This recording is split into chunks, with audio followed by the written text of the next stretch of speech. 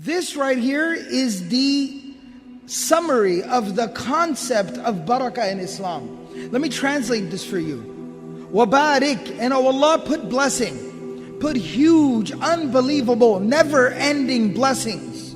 Li, for me, fima, in that which a'taita, you have already given. That's the past tense. It's the past tense, a'taita. Meaning what you have already given. I'm not asking for more, Allah. What I'm asking for is that what you have given me is more than enough. It suffices. What I already have is more than enough. I'm just now asking you, Ya Allah, to inject the element of barakah and blessing into that which you have already given me. That is the concept of barakah. Barakah is not more. Barakah is not about more. Barakah is about the ability to do more with less. Barakah has nothing to do with quantity. It has everything to do with quality. The quality of what you have. I don't need more, Ya Allah. I just need blessing on what I have. The ability to do more with less. And this is something very interesting, very profound. You know, more and less, and blessed and not blessed, and quantity versus quality. And if you really get to thinking, if you do some deep soul searching, it'll hit you like a punch. It'll really knock the wind out of you. Because you read a narration about the Prophet of Allah sallallahu alaihi wasallam. You know, the day that he passed away, there were a couple of mats. There was 1 or 2 jugs. There was a mule tied outside the house. There was a sword, there was a shield, and a couple of pairs of clothes. That was the sole possession of Rasulullah sallallahu alaihi wasallam, the greatest human being to ever walk the face of this earth. That's all he had.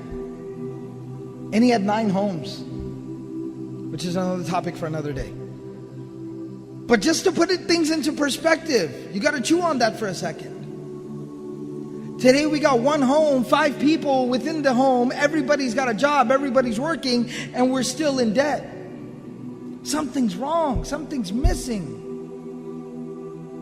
And this is where I want to get down to the core of the issue. I'm just going to lay it down.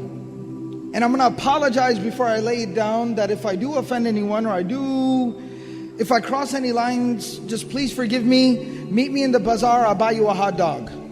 A halal hot dog, all right? Right? So just come to the bazaar, I'll feed you a hot dog, all right? Don't be mad at me. So I'm just going to say it like it is.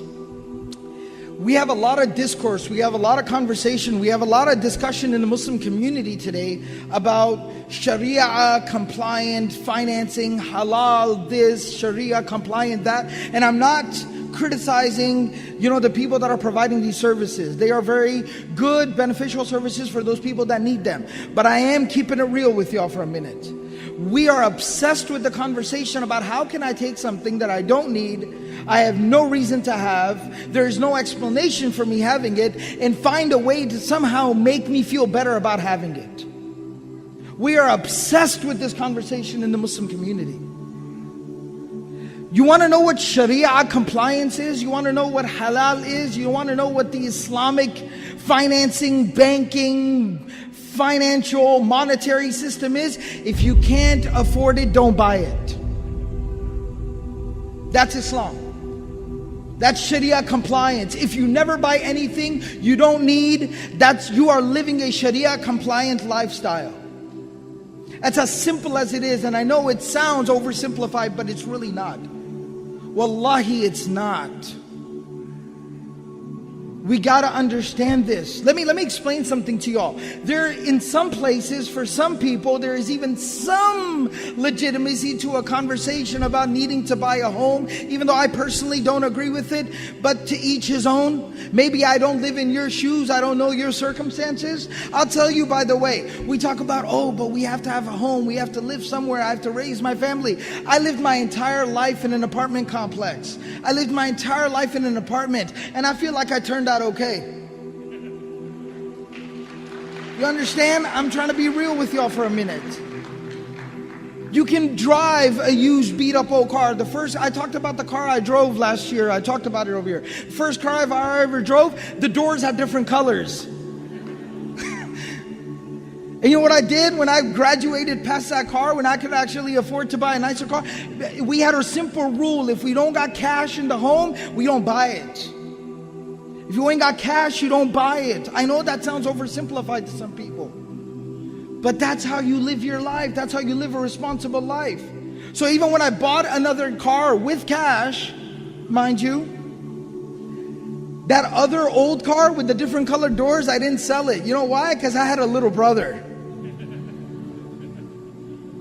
It was too good of an opportunity to pass up. And I made him drive it until he drove the wheels off of it. I actually had to pay somebody to take that thing out of my driveway. But that's just how it works. If you can't afford it, you don't buy it. It's a very, very simple, straightforward philosophy.